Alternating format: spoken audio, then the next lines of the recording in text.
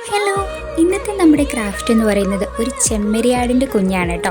അപ്പോൾ നിങ്ങളുടെ അടുത്ത് എന്തായാലും ഇതുപോലത്തെ ബോട്ടിൽസും കാര്യങ്ങളും ഒക്കെ ഉണ്ടാവുമെന്ന് എനിക്കറിയാം. അപ്പോൾ ഇനി അങ്ങനെയുള്ള ഒരു ബോട്ടിൽ നിങ്ങളുടെ കയ്യിൽ കിട്ടുമ്പോൾ അപ്പം നിങ്ങൾ ഈ ക്രാഫ്റ്റ് ഓർക്കണം കേട്ടോ. കാരണം എന്താണെന്ന് വെച്ചിട്ടുണ്ടെങ്കിൽ ഞാൻ ഈ ബോട്ടിൽ വാങ്ങിയിട്ട് കുറേ കാലമായി.